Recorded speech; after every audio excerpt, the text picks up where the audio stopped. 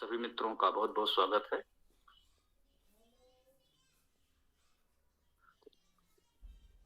तो जैसा कि कल हम लोगों ने बात की थी, आज इस सरस संस्कृत व्याकरण पुस्तक आप लोगों ने पढ़ी होगी ऐसी हम आशा करते हैं।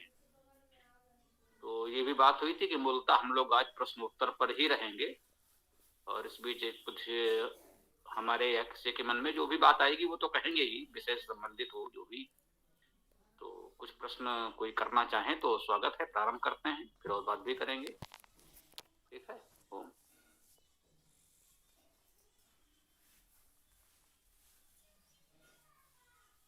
स्वामी जी, एक शब्द आता है वेद में, दुष्टुति। इसका अर्थ क्या होता है स्वामी जी?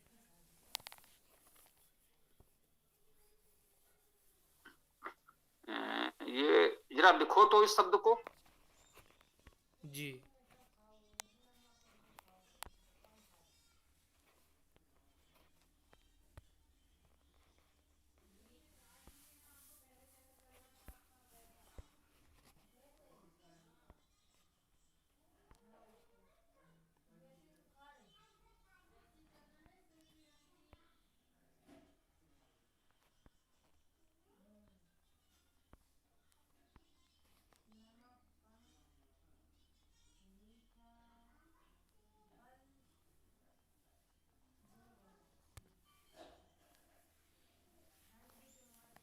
जी, लिख दिया स्वामी जी।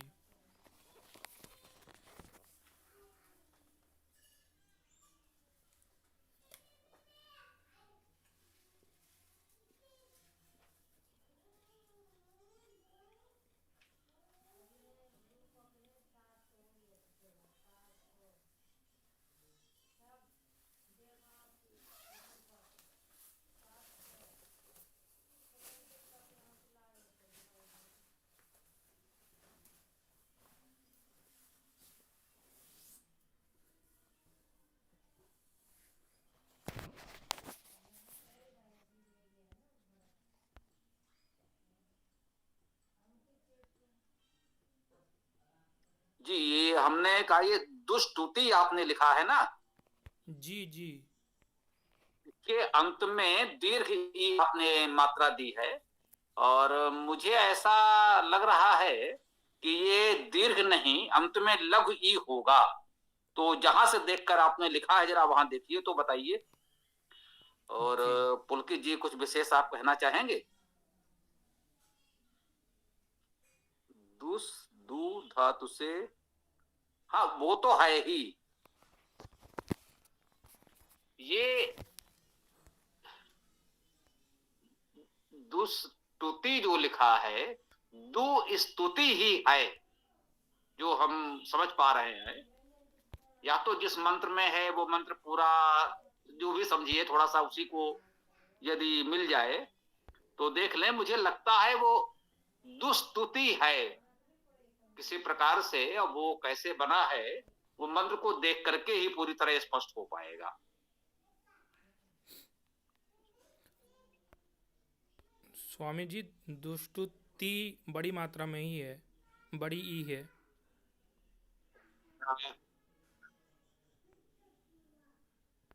ये ऐसा करना तो है, हम देखेंगे इसको। हो भी सकता है, वेद में कुछ भी हो सकता है, तुम लोग कहते ही हैं। और हम लोगों की जानकारी की भी सीमा है, और जो बहुत विद्वान हैं वो भी मानते हैं कि वेद में कुछ भी हो सकता है। हो सकता है द्विवचन बना लिया गया हो, या कुछ भी हो सकता है, वेद में तो बहुत कुछ है। तो ये शब्द तो अभी थोड़ा सा ये मान लें कि अच्छा अच्छा, ये आप इसको कर रहे हैं, मैं प्रयास करता हूं इसको देखने का। जी, दुष्टुति, दुष्ट प्रशंसा से किया है उन्होंने, लेकिन किसी और ने दूसरा अर्थ किया है।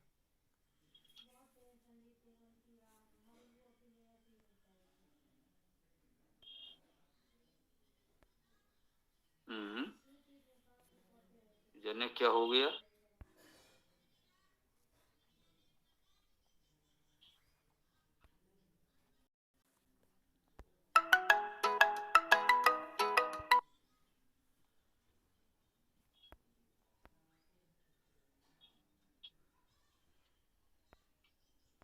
हम इसको शायद देख नहीं पा रहे हैं, कुछ हमारी ही तकनीकी समस्या हो सकती है। आप सब जानते हैं कि बहुत तकनीकी हम उसको नहीं कर पाते हैं। तो इसको व्हाट्सएप पे भेज देना, तो हम इसको देख करके बता देंगे। ठीक है। जी स्वामी जी, धन्यवाद। हाँ, हाँ, ये मेरे लिए संभव है। अभी आपने प्रयास तो किया, लेकिन हम उसको देख नहीं पाए, क्योंकि आप सब जानते हैं कि तकनीकी रूप से हम उतना नहीं कर पाते हैं। जी, उस शब्द का अर्थ दो प्रकार से हुआ है। महर्षि दयानंद जी ने जो अर्थ किया था उसमें वो लिखा है दुष्ट प्रशंसा से, और पंडित हरिशरण सिद्धांत जी ने कहा है दुष्ट की प्रशंसा से। मंत्र है न दुष्टुति मर्त्यो विंदते वसुम, न श्रेधंतम रही न सत, सुशक्तिरिन मघवम तुभ्यम माँ आवते देशनम यत्पारे दिवी। ऐसा मंत्र है स्वामी जी। मैं आपको व्हाट्सएप कर हाँ, हाँ। दूंगा, आप फिर बता देना। जी, जी, जी। वो दुष्टुति, ये तो हमने कहा ही कि ये दुह स्तुति है। तो वो तो वेद की प्रवृत्ति में स्वाभाविक है, इसमें मूर्धन उच्चारण अधिक होता है, तो वो ता काटा हो गया। दुष्ट में वो शाह भी मूर्धन्य है, तो वो ता काटा मूर्धन्य हो गया। ये तो होता है, वेद में बहुत होता है। तो इसका अर्थ क्या तो होगा स्वामी जी? अब दुष्टुति का दु स्तुति ही तो बना। अब दु को, अब ये दुष्ट जो है, अब इस सा को दु में जोड़े तो दुष्ट जो बना, अब तुति हो जाएगा। अब ये सा जो है स्तुति में ले जाएंगे तो यहां दु बचेगा। तो ये थोड़ा समस्या है, जटिल है कह लें। तो इसको व्हाट्सएप पे देखते हैं तो थोड़ा स्पष्ट होगा, तो विचार करके देखते हैं, जो भी संभव होगा। अच्छी बात है, हम लोगों को इस तरह से प्रयास करना चाहिए। तो ये कठिन प्रश्न मान के ही उसको हल करेंगे, बिल्कुल करेंगे। ठीक जी है। स्वामी जी। तो आज के मुख्य विषय हम लोगों ने ये कहा था, व्याकरण की कक्षा जो थी, अभी तो उसी का समय है। तो जैसे कल जहां तक हम लोगों ने कर लिया, तो थोड़ा सा हम आप लोगों का भी विचार चाहते थे कि आगे आज हम लोगों को क्या करना है, या आज कल परसों आज या आज से तत्काल किस दिशा में बढ़ा जाए, कुछ आप लोगों का विचार मिले।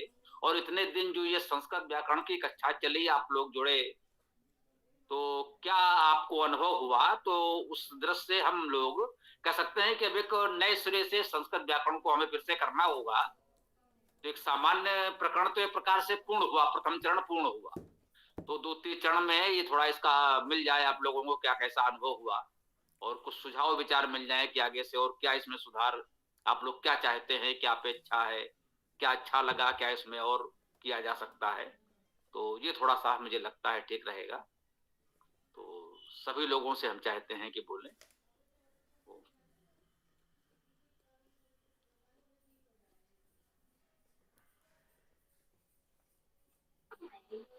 जी स्वामी जी, पुस्तक को पढ़कर तो थोड़ा थोड़ा और अध्ययन करेंगे तो काफी कुछ और समझ में आएगा। अभी तो हाँ इतना है कि कुछ समझ में आने लगा, जैसे शब्दों को में से क्या निकलेगा, जैसे उपसर्ग क्या हो सकता है, इस तरह की बहुत सी चीजें क्लियर हुई जो पुस्तक पढ़ गए।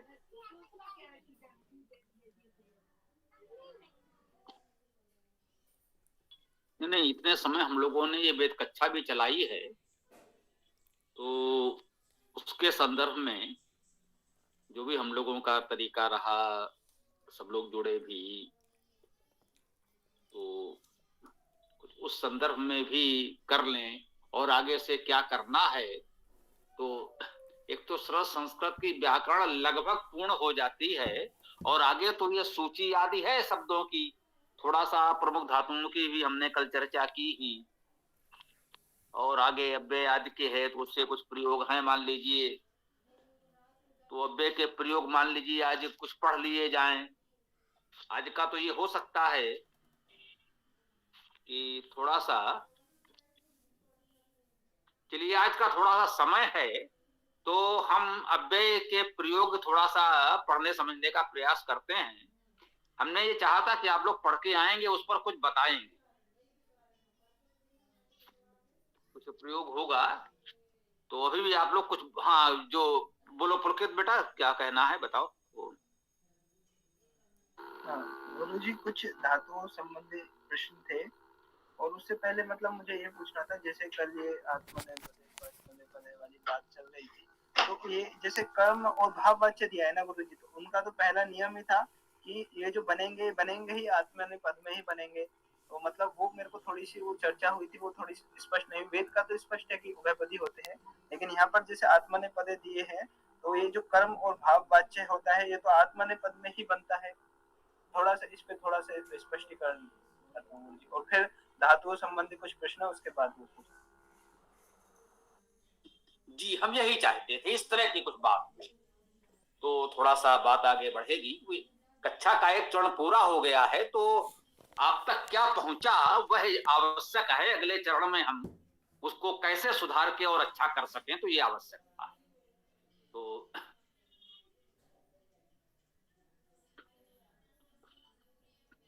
जैसा कि आपने ये बताया कि ये तो ठीक है कि वेद में सभी धातु में उभयपदी हैं, जबकि लौकिक संस्कृत में कुछ आत्मनेपदी, कुछ परस्मैपदी, कुछ उभयपदी होती है। ठीक बात है। तो जो आपने ये अभी कहा कि कर्मवाच्य और भाववाच्य में आत्मनेपदी लिया गया, तो देखिए यह भी बिल्कुल स्पष्ट है, कर्मवाच्य और भाववाच्य में सभी धातु में आत्मनेपदी है। इसको चाहे तो आप इस प्रकार कह लें, सरलता से समझने के लिए। मैं किसी शास्त्रीय व्याकरण की भाषा में नहीं बात कर रहा हूं, कोई कह के नहीं ऐसा आपने कैसे कहा, नियम तो ये है, वो मैं समझ रहा हूं। जिस सरलता से हम बात को समझना चाह रहे हैं उस दृष्टि से देखें तो आप ये कह सकते हैं कि कर्मवाच्य और भाववाच्य में सभी धातु में आत्मनेपदी है, इसमें उभयपदी का कुछ है ही नहीं, ऐसा भी कह सकते हैं। वास्तव में वो आत्मनेपदी न होकर कर्मवाच्य और भाववाच्य में जो या जुड़ता है ना, उसके पश्चात जो प्रत्यय जुड़ता है वो आत्मनेपदी के प्रत्यय जैसा है, उसके समान है, मिलता जुलता है, कुछ भी कह लें।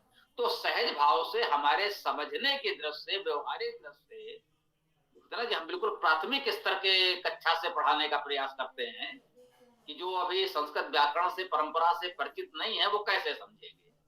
तो जो मान ले कि जैसे पठति तो परस्मैपदी है, पठते आत्मनेपदी, तो सीधा सीधा हमारे समझ में आया कि ती और ते, सीधा सीधा कोई भी पहले दिन बैठा होगा तो समझ में आएगा, हाँ भाई पठत पढ़ते, इसमें ती था, इसमें ते हो गया, ई का ए हो गया। तो जो कर्मवाच्य भाववाच्य बनेगा उसमें ते ही होता है, ती नहीं होता।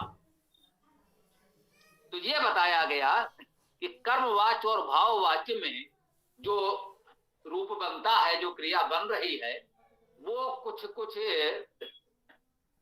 आत्मनेपदी जैसी है, उसमें परस्मैपदी जैसा कोई प्रयोग है ही नहीं। तो ये किसी को भ्रम ना हो कि इसमें हम ते लगाएंगे कि ते लगाएंगे, इसमें सदा सर्वदा ते ही रहेगा। और या जुड़ना है उससे पहले तो अस्यते, अक्यते, अंक्यते, अंच्यते, अट्यते, अत्यते, वो सब में लगा हुआ है। तो यूं कह लें कि इसमें यते जुड़ रहा है, पठत में अति, पठते में अते, और इसमें सब में आ रहा है यते, एक समान। तो ये आत्मनेपदी से मिलता जुलता है, उसके समान है, समकक्ष है, जो भी कह लें। ये अपने समझने की सरलता के लिए कि आत्मनेपदी जो प्रत्यय है, विभक्ति है, उसके अनुरूप ये कर्मवाच्य और भाववाच्य बनता है। प्रेरणार्थक क्रिया तो सामान्य रूप से परस्मैपदी में सब लिखी ही है, उसमें तो कोई ऐसी बात ही नहीं है। यद्यपि वो आत्मनेपदी भी बनता है तो बनता होगा, वो हम लोग कह रहे हैं कि अभी आप सब परस्मैपदी मानकर चलें, क्योंकि वेद में तो अनुमति है ही, वहां तो उभयपदी सब है ही, तो परस्मैपदी में सरलता है, अभी यही मानकर चलें। तो इससे एक लाभ ये भी हुआ कि परस्मैपदी में तो हमने सामान्य वाक्य प्रयोग किए, तो उसकी भी जानकारी हो गई। कर्मवाच्य भाववाच्य में सबका सब एक प्रकार से आत्मनेपदी में चला गया, तो वो भी एक अवधारणा हमारे मन में हो गई कि आत्मनेपदी कुछ ऐसा होता है। तो ये दोनों ही हमारे इस रूप में अच्छी तरह से क्लियर हमको स्पष्ट हो जाएंगे, समझ में आ जाएंगे। तो आपकी बात पूरी हो गई है तो ठीक है, नता कुछ और पूछना हो तो कह सकते हैं, बताएं। जी गुरु जी, ये बात तो पूरी हुई। तो मुझे आगे ये पूछना था गुरु जी, जैसे बहुत सारी ये धातुएं हैं, इनमें पहला या दूसरा वर्ण दीर्घ हो रहा है, जैसे एक क्वथ आ रहा है तो एक क्वाथ हो गया, और ऐसे ही ये जो अस है आस हो गया, अश है आस हो गया, अब है आब हो गया, इस तरीके की मतलब बहुत सारी धातुएं, और बहुत सारियों में ऐसा नहीं हो रहा, जैसे कथयति है कथयति ही है, कम है कामयति हो गया। तो हो सकता है कोई नियम मेरे स्मरण से निकल रहा हो, तो गुरु जी इसको थोड़ा स्पष्ट। प्रेरणार्थक धातुओं में गुरु जी, प्रेरणार्थक धातुओं। समझ गए, प्रेरणार्थक धातुओं में ऐसा है। हाँ, ये ठीक बात है। नियम के संदर्भ में तुम यही कहेंगे कि नियम की प्रक्रिया कुछ अधिक जटिल हो चुकी है। बताने वाले तो इतने सारे नियम बता देंगे, लेकिन हम लोगों की समझ में कितना आएगा वो एक अलग बात। बहुत से जानकार हमारी इस कक्षा में भी जुड़े हुए होंगे, जो भी पाणिनि के अनेक सूत्र बता देंगे कि ऐसे ऐसे ऐसे ऐसे ऐसे होता है, लेकिन उन सूत्रों को बता तो वो आपको 2 पल में देंगे, समझने के लिए महीनों लग जाएंगे। तो हम अपनी भाषा में इतना ही कह सकते हैं कि जैसे पढ़ना, पढ़ाना, पढ़वाना, इस अर्थ को समझने का प्रयास करें। ये पुस्तक मुझे पढ़नी है, किसी कारण से हम नहीं पढ़ पा रहे, जैसे मैंने कहा आयु की दृष्टि से अब हमारी आंखें उतना समर्थ नहीं है, कोई अक्षर हम नहीं पढ़ पा रहे, उस दृष्टि से मैंने आपसे कह दिया भैया इसे पढ़ दो, तो हमने आपसे पढ़ाया। ये एक चीज हो गया। एक है कि मैंने आपको पढ़ाया, वहां सिखाने का भाव हो गया। पठक पढ़ता है, पठक पढ़ने वाला, पाठक पढ़ाने वाला, ये हमने आपको बताया था। इस समय सामान्यतः लोग पाठक पढ़ने वाले को कह देते हैं, तो ऐसा नहीं है।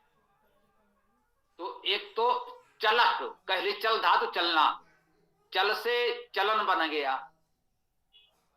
चालन बना, परिचालन बना और परिचालक बना। ये सब सुने हैं तो इसलिए मुझे ध्यान आ गया कि ये समझ में आएंगे। जैसे पठ से पठन बना, वैसे चल से चलन बना। पठन अर्थात पढ़ना, चलन अर्थात चलना। कहते ये बात चलन में है, प्रचलन में है, चलन और प्रचलन शब्द बने। ठीक,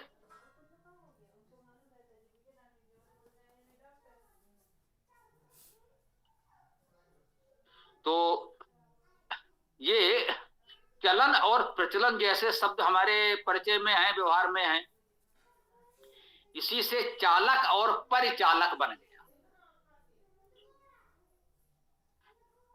तो या का प्रयोग थोड़ा सा, इसको मैं प्रयास कर रहा हूं कि हम आप तक पहुंचा पाए। जब उसने दीर्घ नहीं किया तो उसका भाव कुछ सरल वाला हुआ कि उससे ये भाई हमने अपने सहयोग में आपसे करा लिया, ये वाला भाव माना जाए। जैसे हमने कहा पठेयति, आप हमारे लिए पढ़ दीजिए, वो क्या लिखा है आपसे कोई लेना देना नहीं है, केवल एक कहे, जैसे मैंने कहा कि आंखों की दृष्टि से, या कैसे मैंने आपसे कहा, आपने केवल वो अक्षर पढ़ दिए, समझ हमने लिया, आपकी समझ में कुछ आया या नहीं आया वो आपका विषय ही नहीं है। क्या लिखा है बेटा तुम केवल पढ़ दो, हम समझ लेंगे, और उसके बाद आवश्यक होगा तो हम आपको समझा देंगे अलग तरीके से। तो एक तो ये किसी और से पढ़ाना हो गया, और किसी से कोई कार्य हम कर रहे हैं, किसी से करवाना उस कार्य को कि भाई वो कार्य हमें करना चाहिए। अब एक व्यक्ति कितना कार्य करेगा, तो हमने सहायक सहयोगी रख लिए। भवन कोई बनाता है, कोई बनवाता है। कोई भवन उन्होंने, ये किला उन्होंने बनवाया था, दुर्ग उन्होंने बनवाया था, बनाया तो नहीं था ना। पूरी योजना उनकी है, सारा कार्य उनका है, परंतु ये घर उन्होंने बनवाया है, बनाने वाला कौन था उसका तो पता नहीं चल रहा है। तो वहां पर दीर्घ होता है। इस भाव को थोड़ा सा बहुत स्पष्ट ना हो भी हो रहा हो तो मैं समझता हूं कि हमारी बात कुछ आप तक पहुंची होगी। आप विचार करेंगे तो शायद उस भाव तक आप पहुंच जाएंगे और हो सकता है हमसे अच्छी तरह उसे व्यक्त कर पाए, है ना। पाठयति, पढ़वाता है किसी और से, माने आपके माता पिता भी आपको पढ़ा सकते हैं, पढ़ाना चाहिए, ये तो माना ही जाता है। सबसे प्रथम आचार्य तो हमारे माता पिता ही होते हैं। अब उनकी अपनी व्यस्तताएं भी हैं और सभी विषयों में उनकी योग्यता हो भी नहीं सकती, तो किसी अध्यापक को आपके लगा दिया, उनसे पढ़वा ले रहे हैं बच्चे को भाई हम उनसे पढ़वा रहे हैं, तो वो पाठयति, पढ़वाता है। हम नहीं पढ़ा पा रहे या हम ये कार्य स्वयं नहीं कर पा रहे, कार्ययति, कराता है, ये कार्य किसी और से कराता है। तो उस भाव में ये दीर्घ का आ जाता है। जो हम समझ पा रहे हैं वो यही है।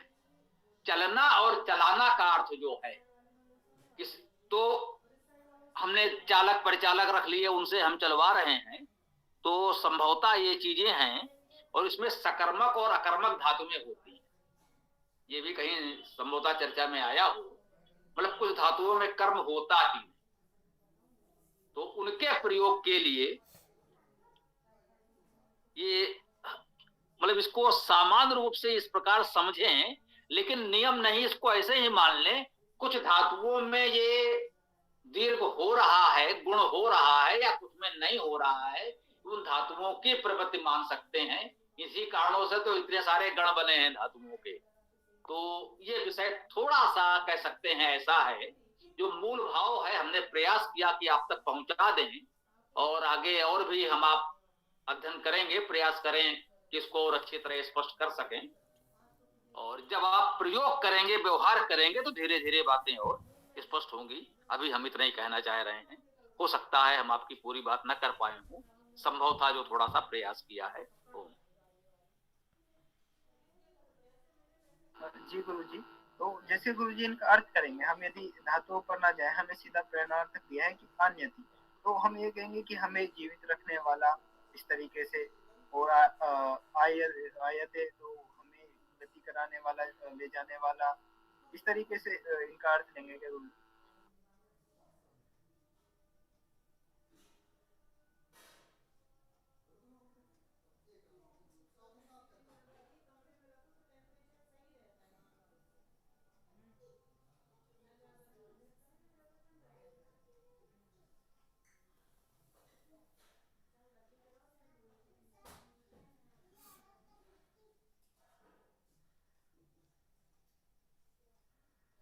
स्वामी जी आपका माइक बंद है।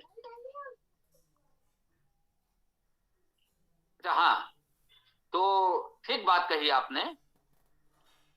इसको इसी रूप में मान लें कि वो स्वयं गति नहीं कर रहा है, गति करा रहा है।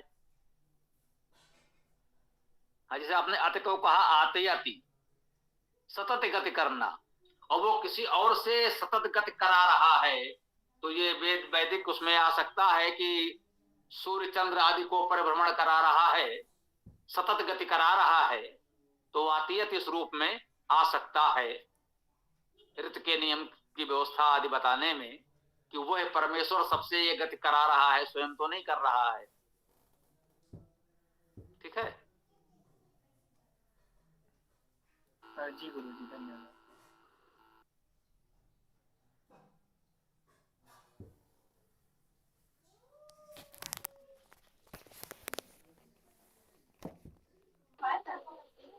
स्वामी जी वर्णोच्चारण में तीनों सा के उच्चारण में कभी कभी कंफ्यूज होता है कि किस तरह से उच्चारण करेंगे।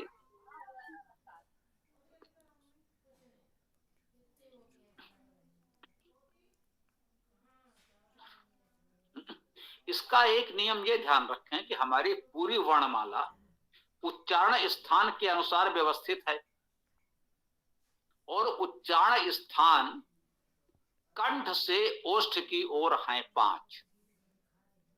कंठ, तालु, मूर्धा, दंत और ओष्ठ। ये 5 शब्द यदि समझ में आ रहे हैं कि इनका अर्थ क्या है, ये कहां पर है, तो जो भी वर्णमाला है इसी क्रम से है, उसी स्थान से उच्चरित होगा, ये महत्वपूर्ण है।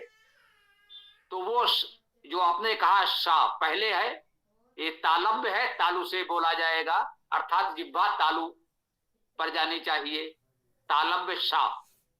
उसके बाद मूर्धन्य शा, तो वो मूर्धा अर्थात मसूड़ों पर आएगी, तालु से थोड़ा आगे, तालु और दंत के मध्य में, बीच में है ना, तालु और दंत के मध्य में ये मूर्धा है, तो वो मूर्धन्य सा। और अंतिम जो सा है, सीधा सरल वाला सा, वो दंत सा है, अर्थात जिह्वा दंत पर आ रही है। तो उच्चारण स्थान के अनुसार इन सबके उच्चारण किए जा सकते हैं। ठीक जी स्वामी जी, और सभी में तो समस्या नहीं रहती, इन्हीं में समस्या आती थी थोड़ी, तीनों में।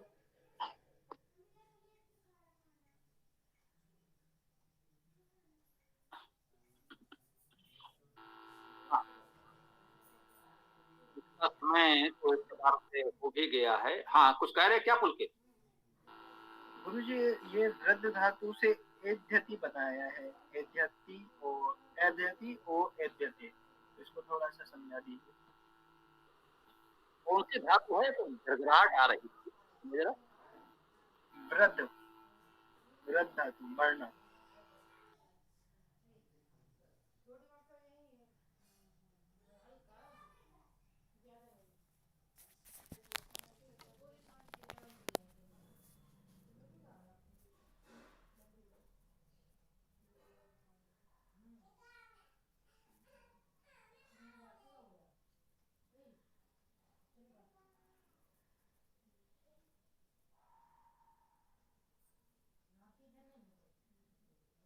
वृद्ध बढ़ना में वर्धयति और वृद्ध्यते,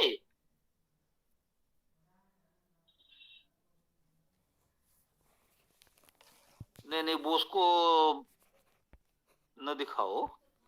हम तो कह रहे वृद्ध धातु में ये वर्धयति वृद्ध्यते यही है या कुछ और है? बताओ।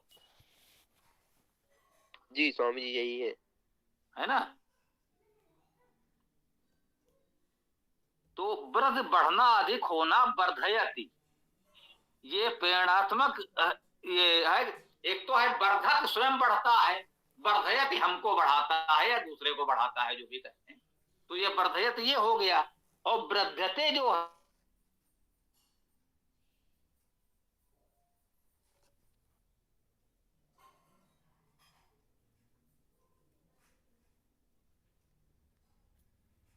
तो बढ़ता है ही है।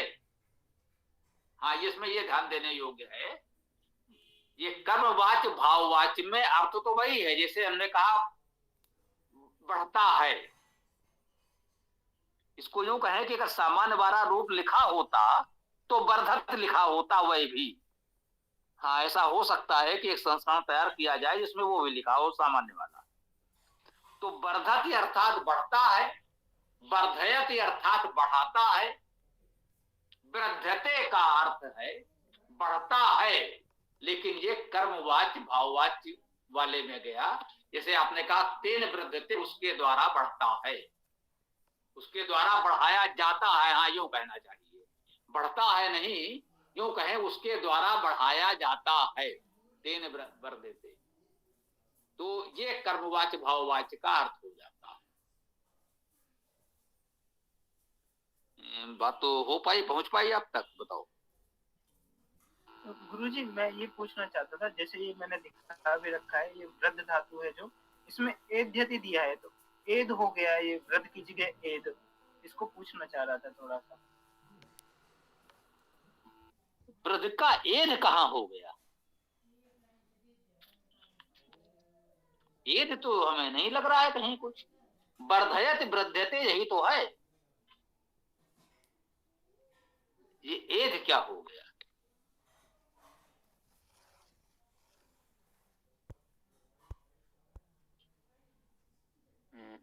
चल प्रयास करते हैं। हाँ, ये वृद्ध बढ़ना, ये कहाँ पर है यार? ये तो समझ में नहीं आ रहा है हमारे।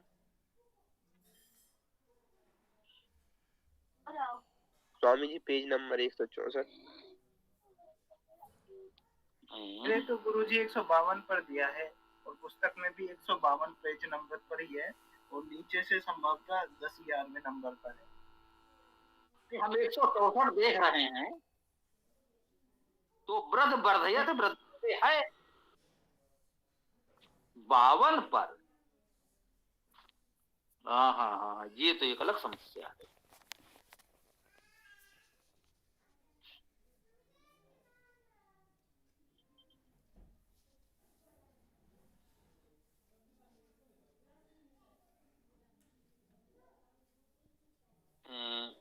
हाँ बेटा, ये बात तो ठीक है, अगर सुन पा रहे हो।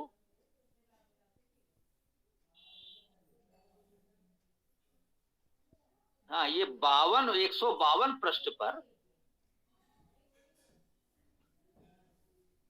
ये ऋष के बाद एज हो गया।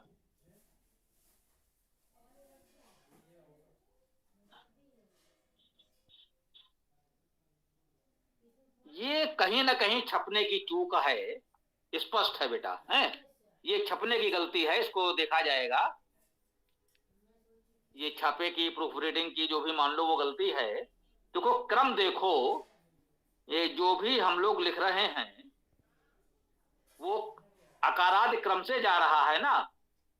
तो रित ऋष ए के बाद एज आ गया, वहां तक ठीक है, यहां वृद्ध हो ही नहीं सकता। स्पष्ट है कि यहां पर धातु उसके बाद ओज है, तो एज और ओज के मध्य वृद्ध हो ही नहीं सकता। एद हो सकता है। हाँ, यूं समझो, ये बात अब स्पष्ट हुई, ये वृद्ध यहां है ही नहीं, ये एध है, ये छपने की चूक है।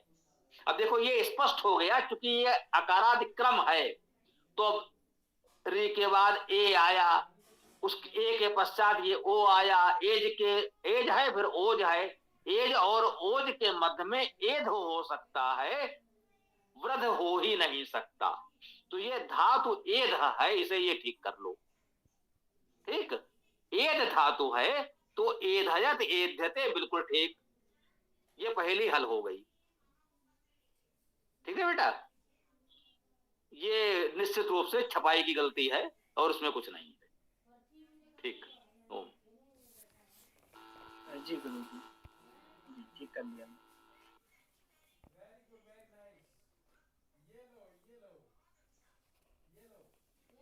जी, और ये क्रम से भी आया है, तो क्रम से सही है। 164 पेज नंबर पर दिया है, क्रम से आया उसमें।